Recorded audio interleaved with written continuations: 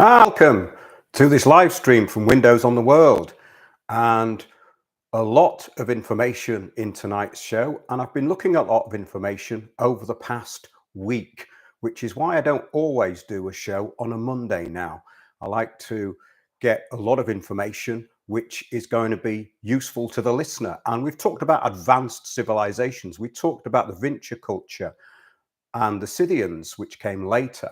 And we're going to talk tonight about advanced cultures, how cultures actually do advance. And we can see at the moment that certain so-called civilized ideologies are not working. And we're going to get into that as well. But I'm going to get into this idea that the most successful civilizations have integrated into their surroundings, and the populations of others have integrated with them. And what we can see happening in the Middle East at the moment is exactly the opposite. So we're seeing the end of something. We're seeing the end of a project that was set up in 1948.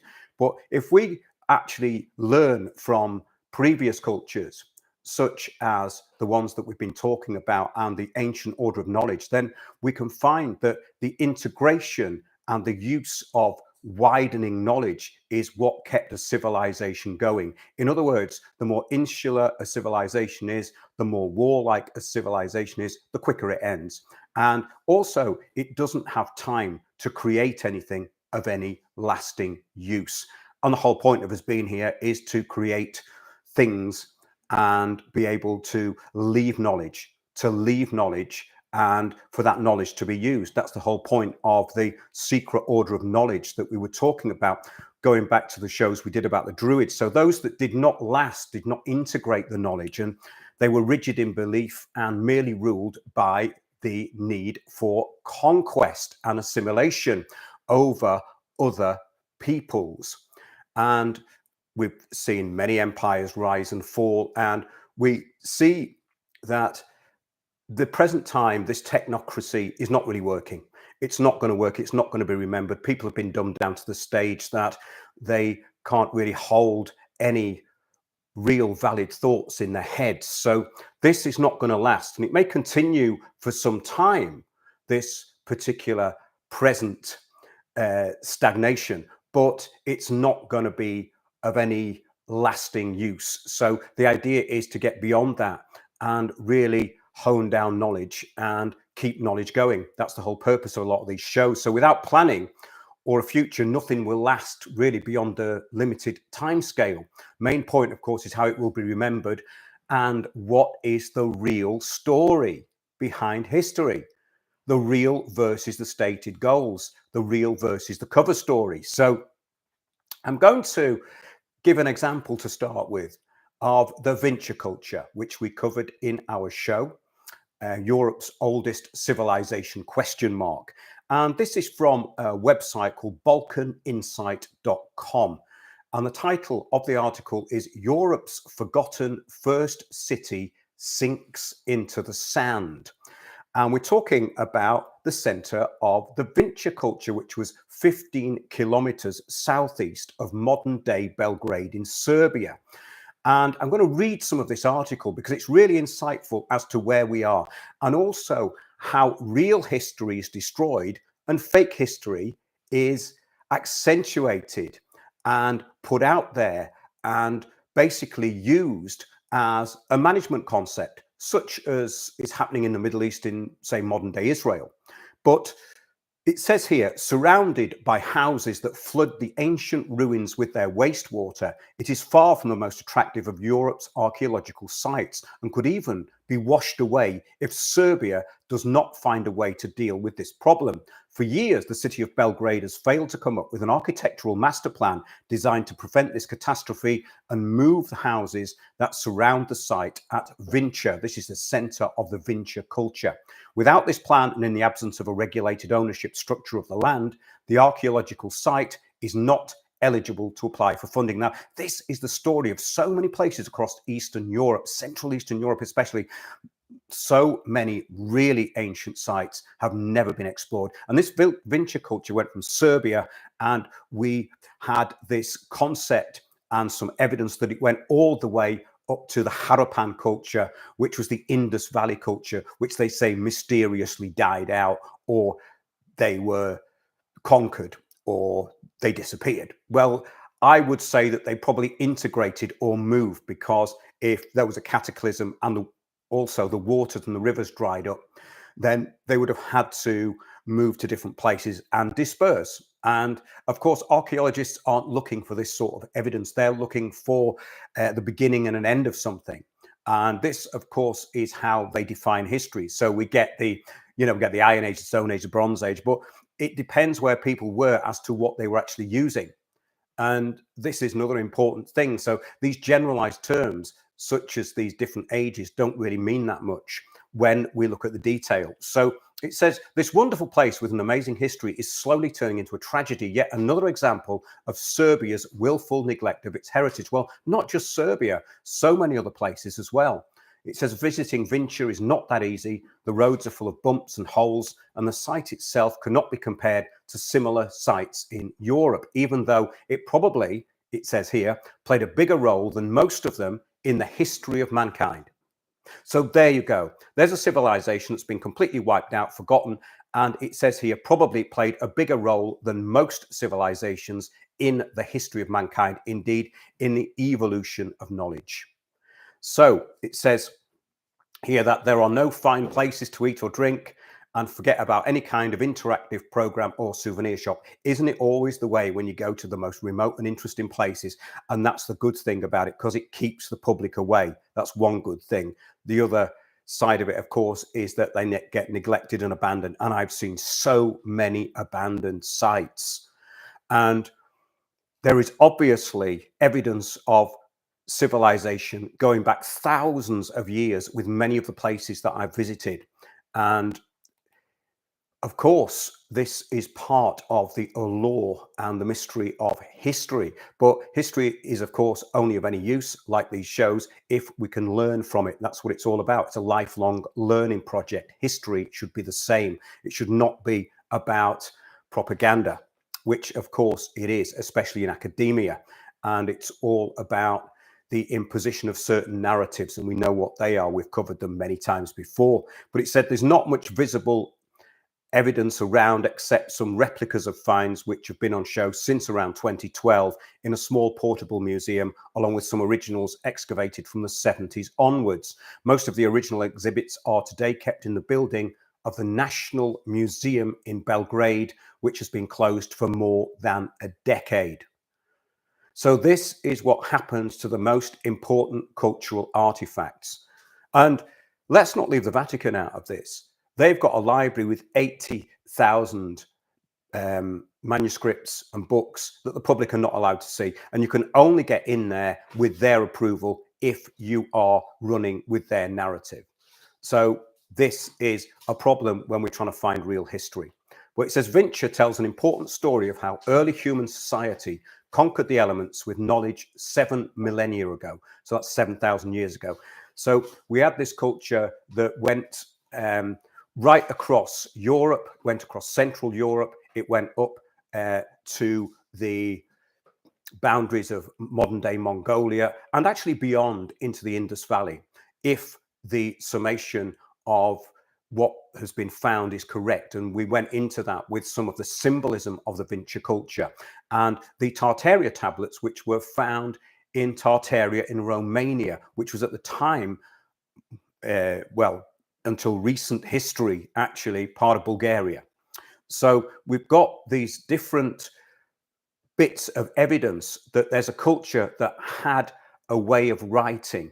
And this is also tying into something else we're going to talk about. But it says Vinca tells an important story of how early human society conquered the elements with this knowledge. Archaeologists have proved that people have lived there since Neolithic times, some 7 millennia ago, without a break. Moreover, the place was far more than an ordinary Neolithic site. It was the center of a wider civilization. So that's really interesting. When I started looking at this, I immediately thought to myself, this is part of a big culture that swept right across what they call the Persian Eurasian steppe, which went all the way out from modern day Iran into these areas which went up to the Indus Valley and beyond, up to and past where modern day Ukraine is.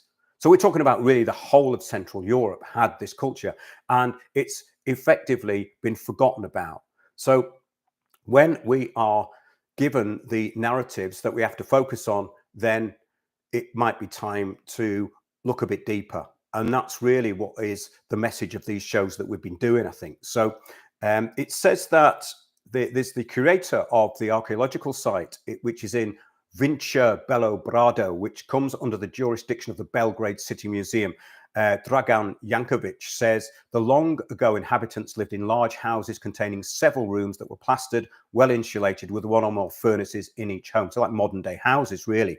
He says that the people of Vinca became experts in building homes without metal parts or tools, made perfect vases without using pottery wheels, brewed beer, and had an advanced knowledge of agriculture and domestic animal breeding. Of course, in many parts of the world, this ability to create pottery and vases is still going.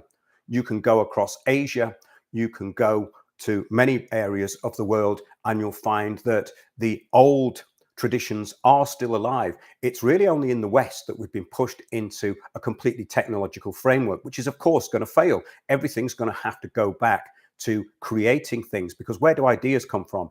You have to create things, and that brings forth ideas, and then there can be advancement. The current dumbing down through technology is probably the biggest irony of the modern age. So he says that, they became experts basically in what they were doing. That's so important, you see, because if you're in a culture that integrates and doesn't have wars, you can concentrate on what matters. And that is something we're seeing the opposite of in the modern day state of Israel. What's going on in the Middle East at the moment? It's all being exposed. So we're seeing the end of something there. And this is all about not being able to learn from previous civilizations. It's very, very simple, really, when you think about it. It says, living without wars, in cooperation with their neighbors, the early inhabitants of Vinca worked hard to improve their surroundings rather than blowing their neighbors to bits and trying to take everything off them.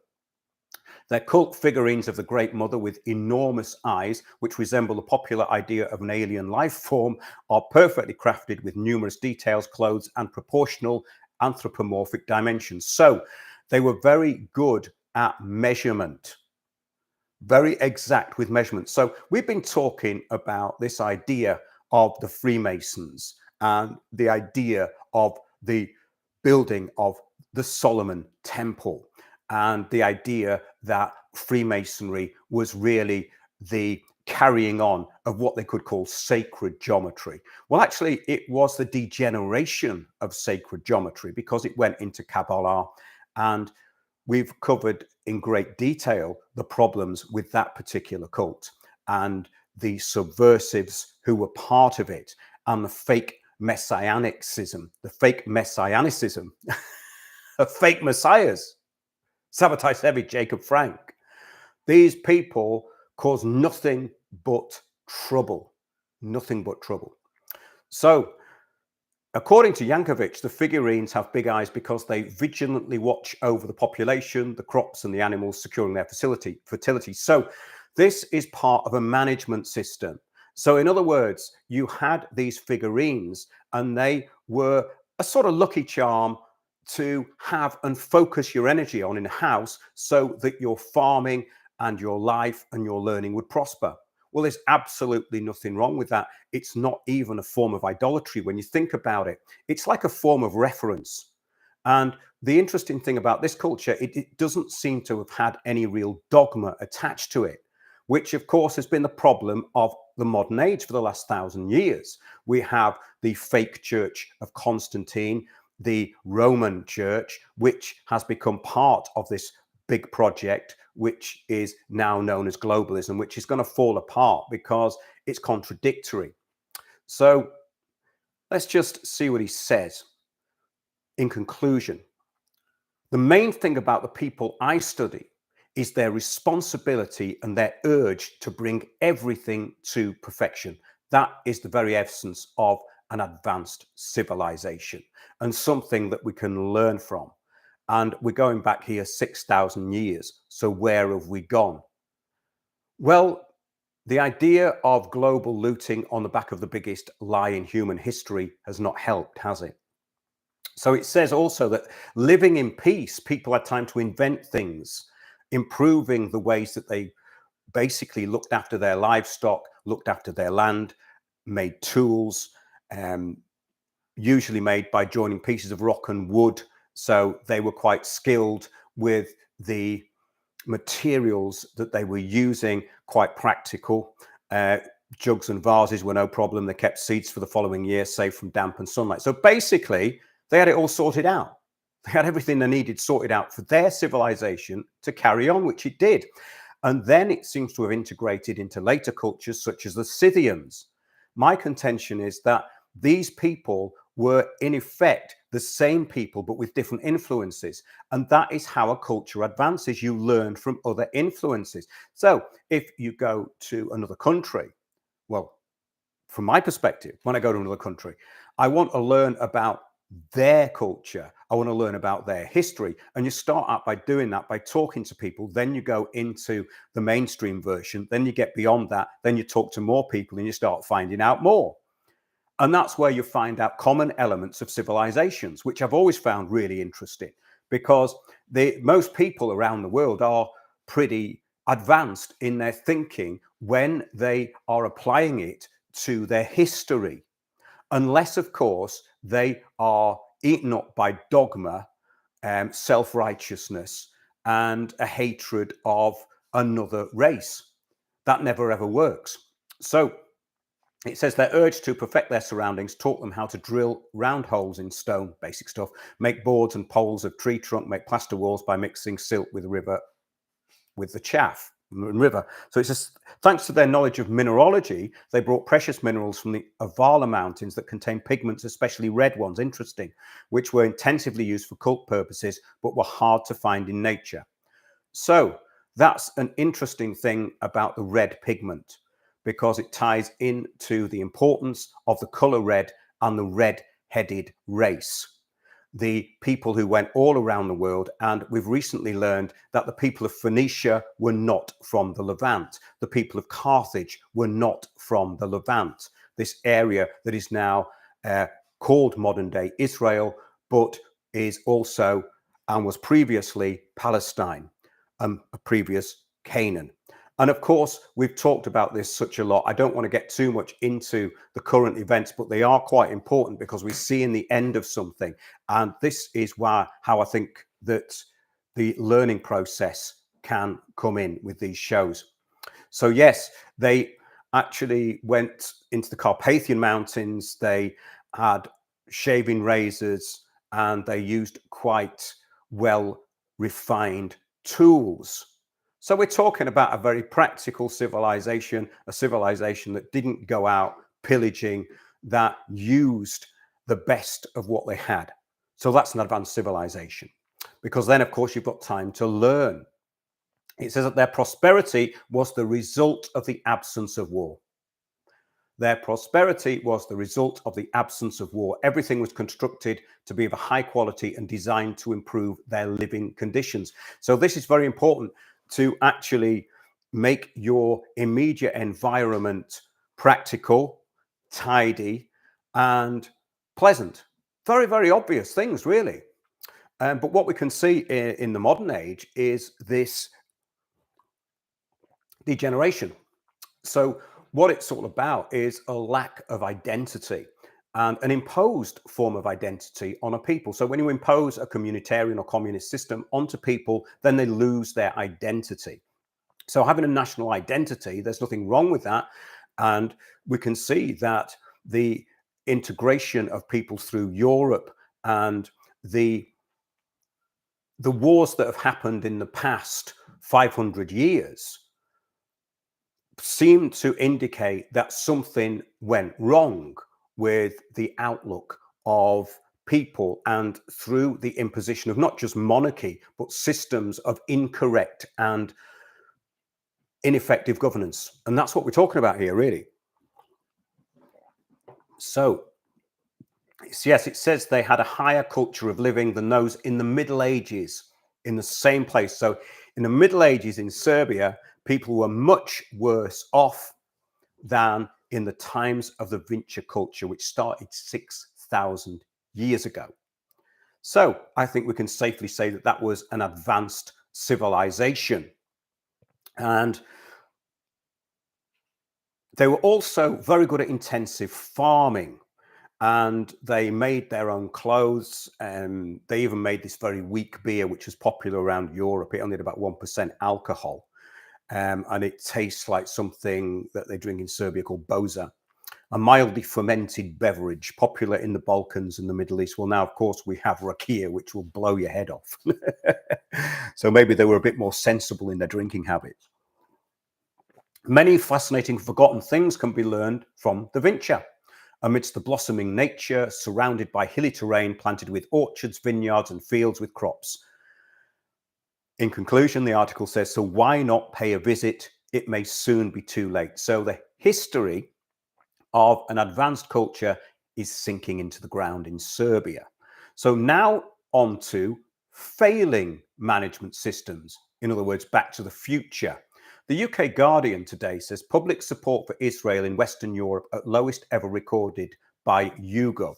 Survey says fewer than a fifth of respondents in 6 countries hold a favourable opinion of the country. I don't want to get into the whole history, the backstory of this, because I've done quite a lot on it in the past. But what I'm bringing up here, and the reason I'm bringing it up, is it's the end of this Zionist project. This Zionist entity is coming to an end. And it's exposed for exactly what it was in the first place. So nothing's really changed. It was just a bad idea. So if we see it as a management system, then it starts to make more sense. It's a management system that's out of control, that is based on false belief, self-worship, and an ideology which is destructive. Therefore, it can't last.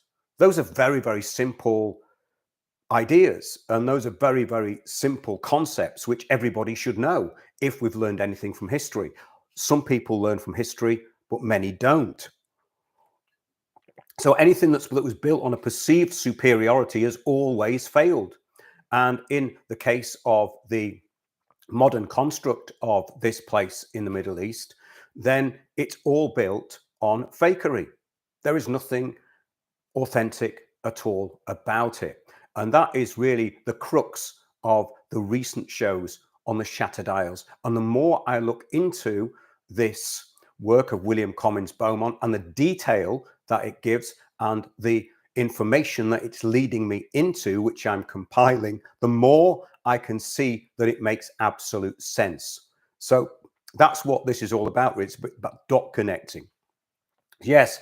And so what we can learn from this is that integration rather than colonization has generally worked better in the past.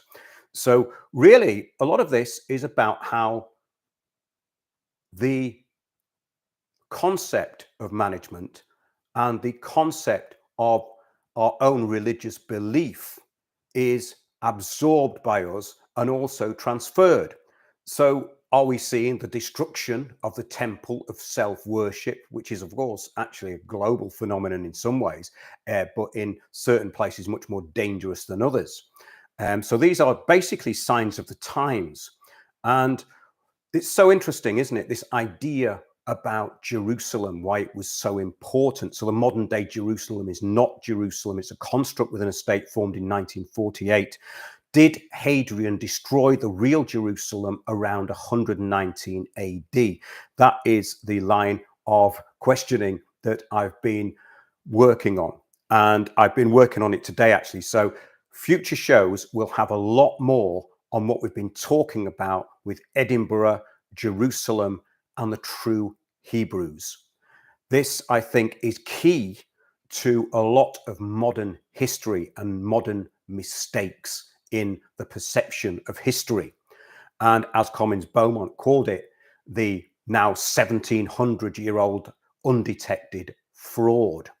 So in the last 2 shows, we covered the Knights Templar who named their Jerusalem after Constantine's Jerusalem around 325 AD. The name is actually from a place. So this new Jerusalem is a new construct, and the place, Jerusalem in the Bible, was non-specific geographically. It wasn't specific geographically. Some people may argue that, but when you look at the arguments for it being situated in a particular place fall away pretty quickly. The present location uses biblical names of places. This is very interesting. There is no evidence that these are the places mentioned in the Bible. Now, people go, you can't say that. That's ridiculous. Yes, I thought it was ridiculous till I started researching it. So if we start to put this together with a much bigger picture, we can see that history is much more likely to be away from the clutches of modern day historians and especially academia.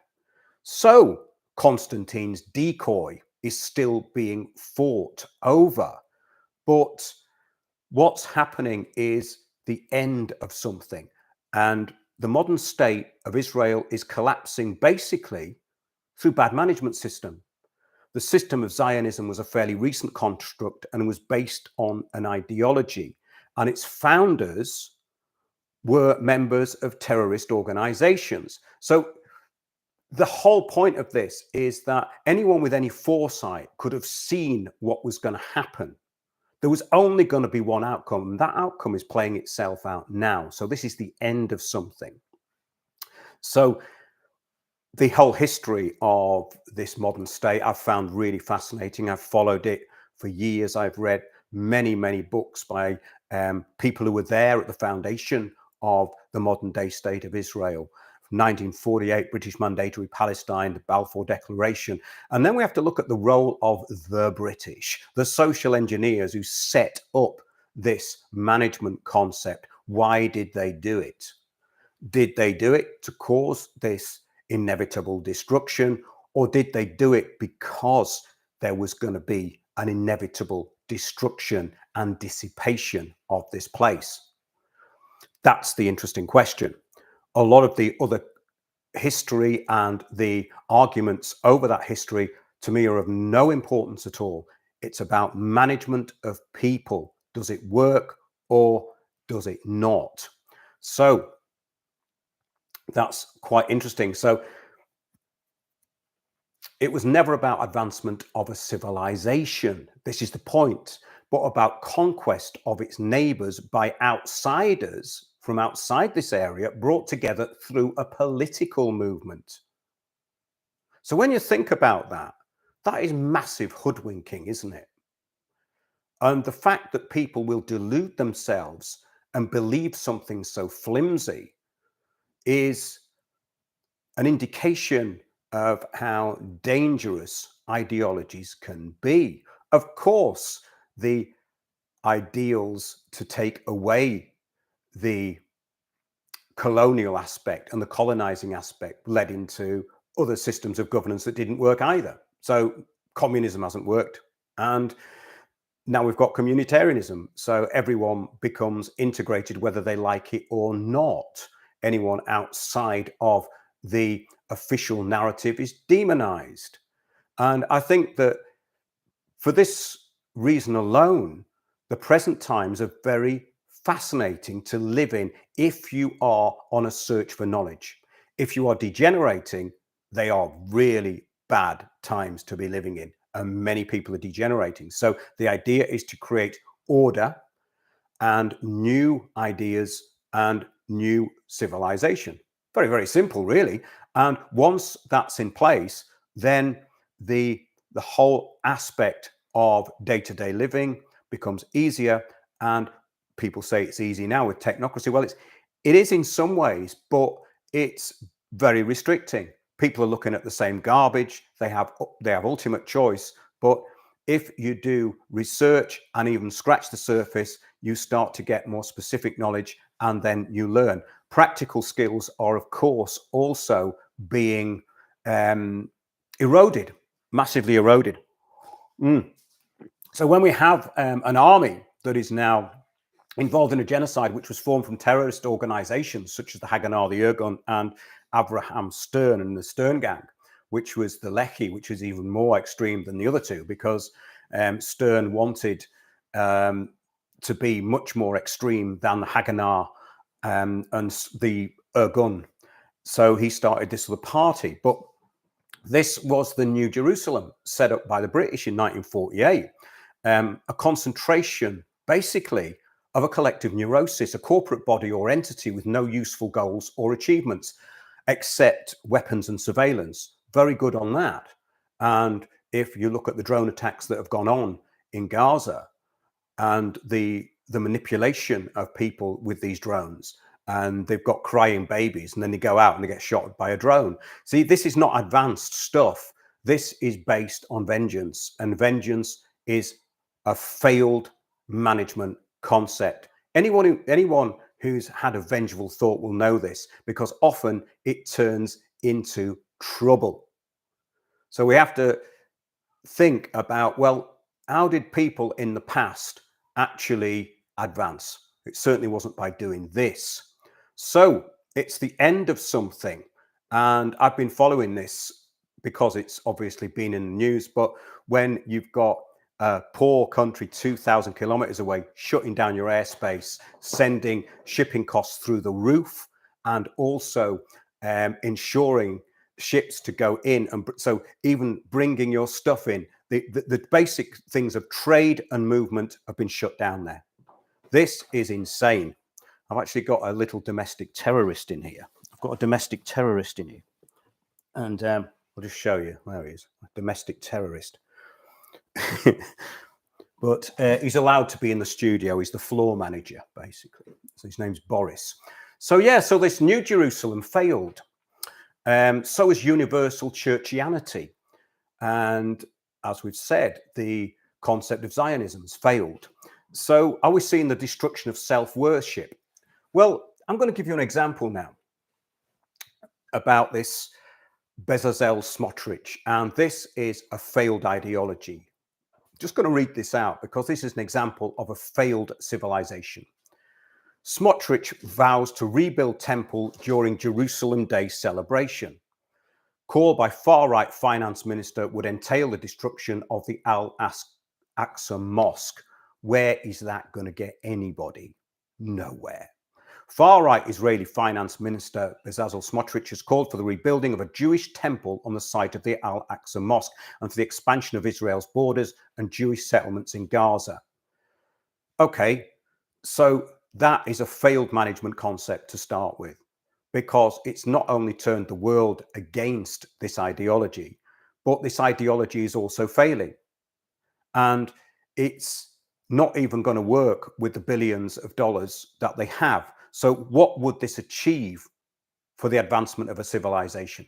Remember that the Druids worshipped in oak groves. They didn't use temples. They didn't really write much down. There's no evidence that they did. They kept it in their heads, and they had a priesthood who informed people.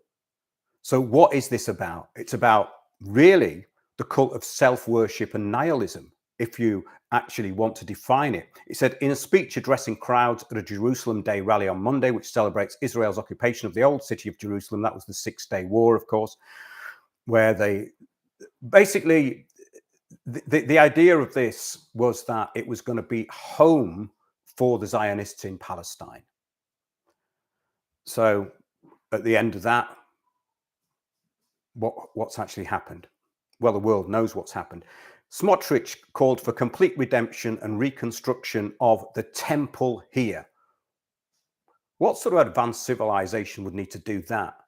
Doesn't make sense. Referring to the Al-Aqsa Mosque, of course, which settlers had raided earlier. Now, this was unbelievable, right? So you've got all these completely unhinged lunatics running through the streets, trying to storm the mosque.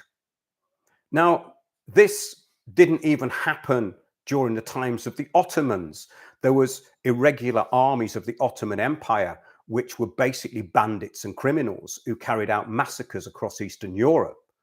But even in the times of the Ottomans, Christian autonomous regions were allowed to function with accord through the Sultan. So none of this is going to work. And it's interesting because I think it's also symbolic of the times we're living in, that this is the outcome of this project. It says, we are conquering the land of Israel, liberating Gaza, settling Gaza, and defeating the enemy.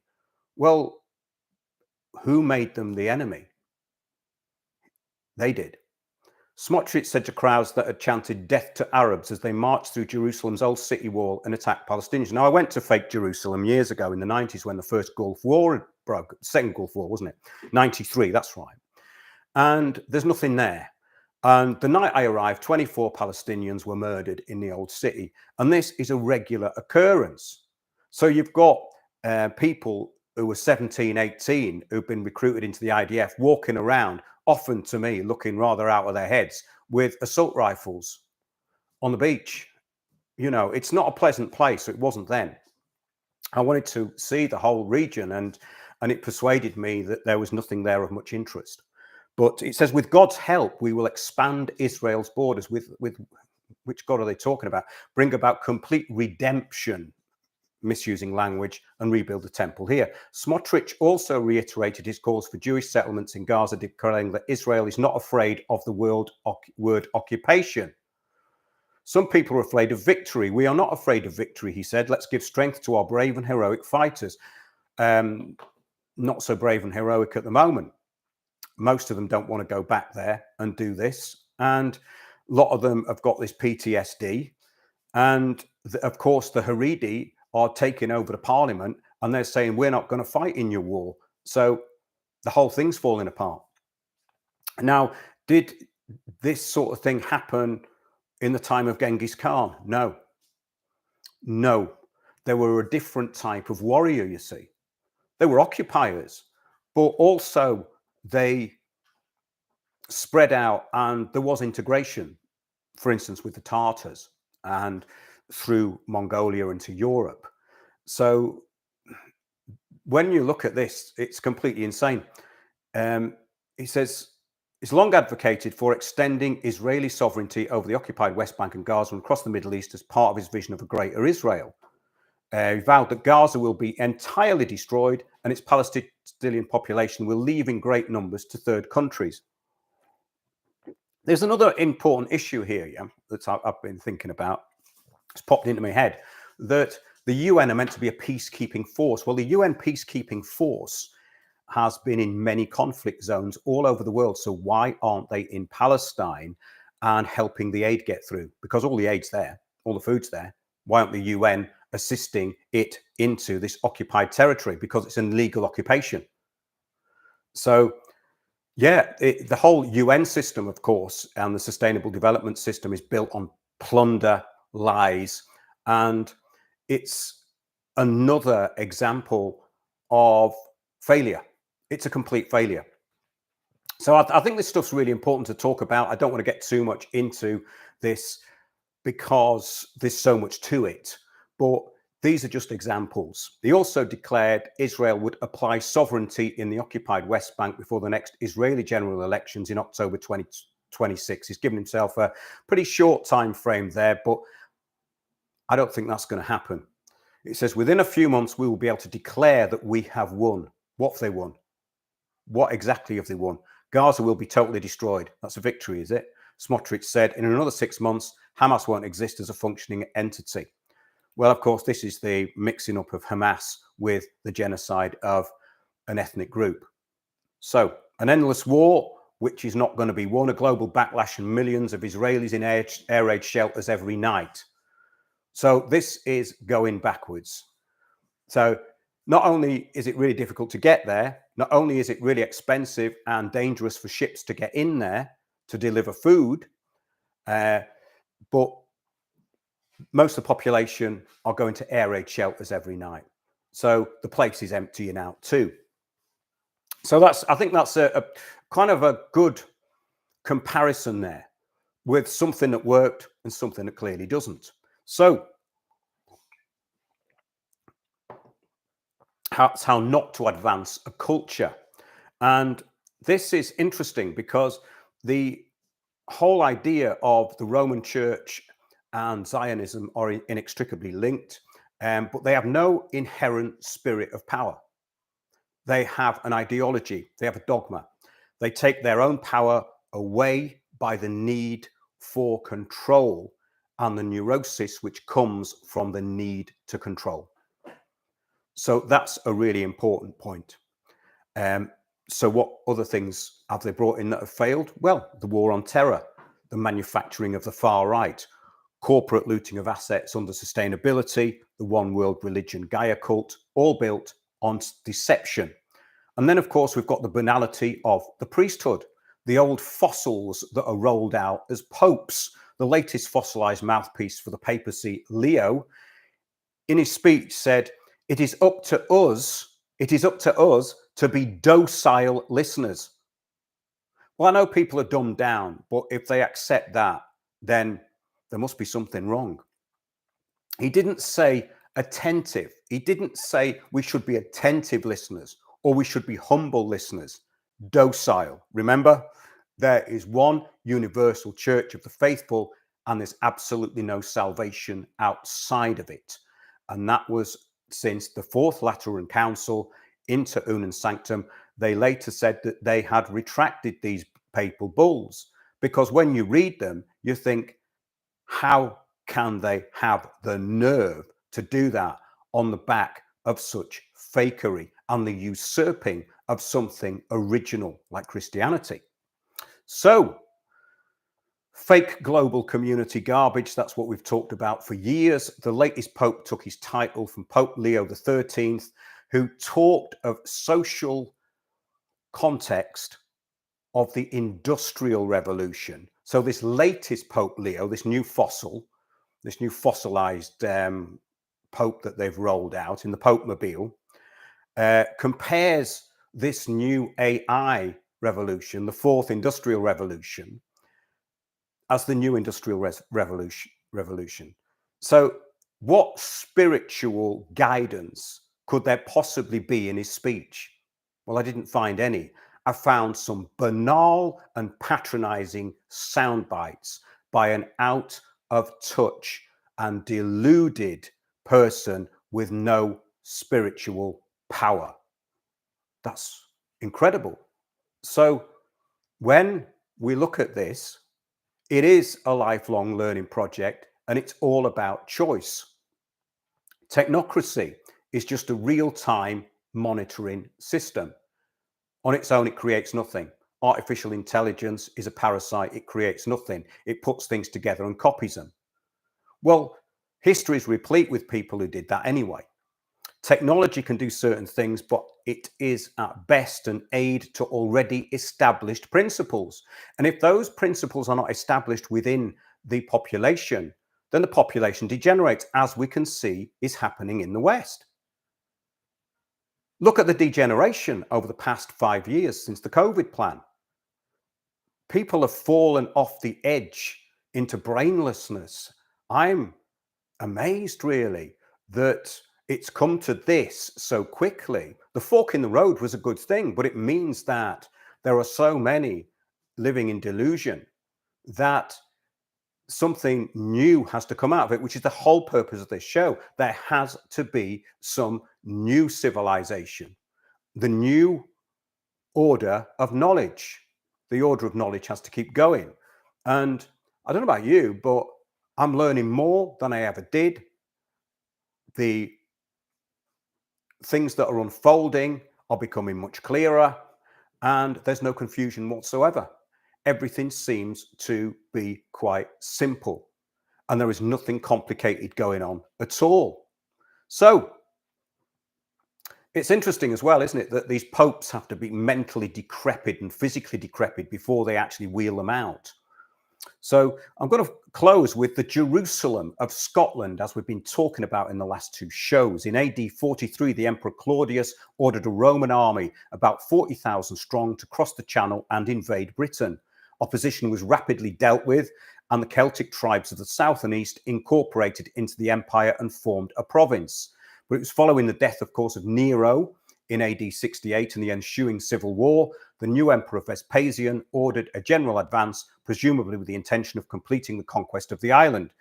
his generals subdued the Welsh tribes, incorporating the former friendly kingdom of the Brigantes in northern England into the province, and pushed on northwards to defeat the Caledonians in the Battle of Mons Graupus, the location of which is unfortunately not known, but probably lay in northeast Scotland, as of course does Edinburgh or Jerusalem.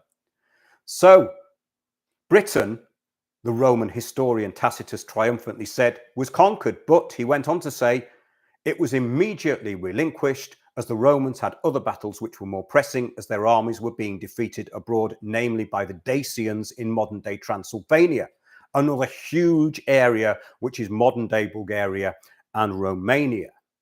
So the Dacians defeated the Romans. The Romans never conquered Britain. The Roman Empire disintegrated because it was parasitical.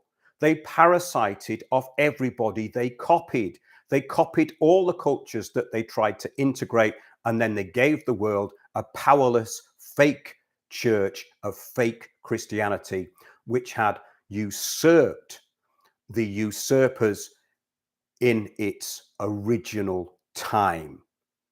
So the spiritual power usurped by the Romans into another empirical nothing. The same thing we can see in modern day Jerusalem, modern day state of Israel, the fictional corporate entity. So that is the conclusion for this show, that in order to advance, there has to be shared knowledge, integration of knowledge, and progress. And without that, nothing goes anywhere.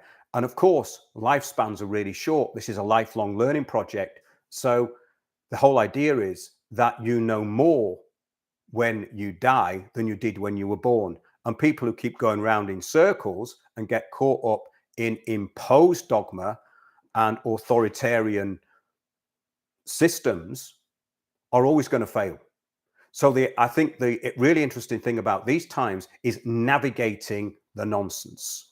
And it's actually quite easy to do that because the nonsense is omnipresent, as it was in the early days of the Christian Essenes and the people who later got accused of being Gnostics. That's another story. That's another story because, of course, the Albigensian Crusade of 1178 onwards to wipe out these heresies of the Cathars. But the Cathars had really learned a lot from the Eastern European bogomils. That's where a lot of their ideas came from. They were actually looking for some kind of inner perfection, which of course was without the jurisdiction of the Roman Church. That is why that genocidal massacre took place. This is very interesting and something that I've covered in previous shows. So yes, the heavenly Jerusalem. In conclusion, the heavenly Jerusalem is a term that signifies the eternal and spiritual city where God resides. The heavenly Jerusalem is a symbolic term primarily used in the New Testament to represent the ultimate destination and hope for believers. It signifies an eternal spiritual city where God resides, in contrast to the earthly Jerusalem, which is subject to decay. And that has now come into history, into the present. So the earthly, modern, artificially constructed Jerusalem is in decay. The real Jerusalem is the spiritual city where God resides. So any other Jerusalem is missing the point. So I think that's quite enough. I was going to get into more history, but I'm going to save it for the next show. I hope you found that interesting, illuminating, and above all, useful. So that's it for this show. And do stay in touch through the website, info@windowsontheworld.net, and send in any information that you think is of interest. I've had some fascinating things sent to me recently, books, articles. I love it all. I keep it all in an archive. I'm constantly looking at this stuff, and hopefully we can keep this very fresh and a lifelong learning project. So thank you very much, everybody, and good night. I'll take a look at the comments.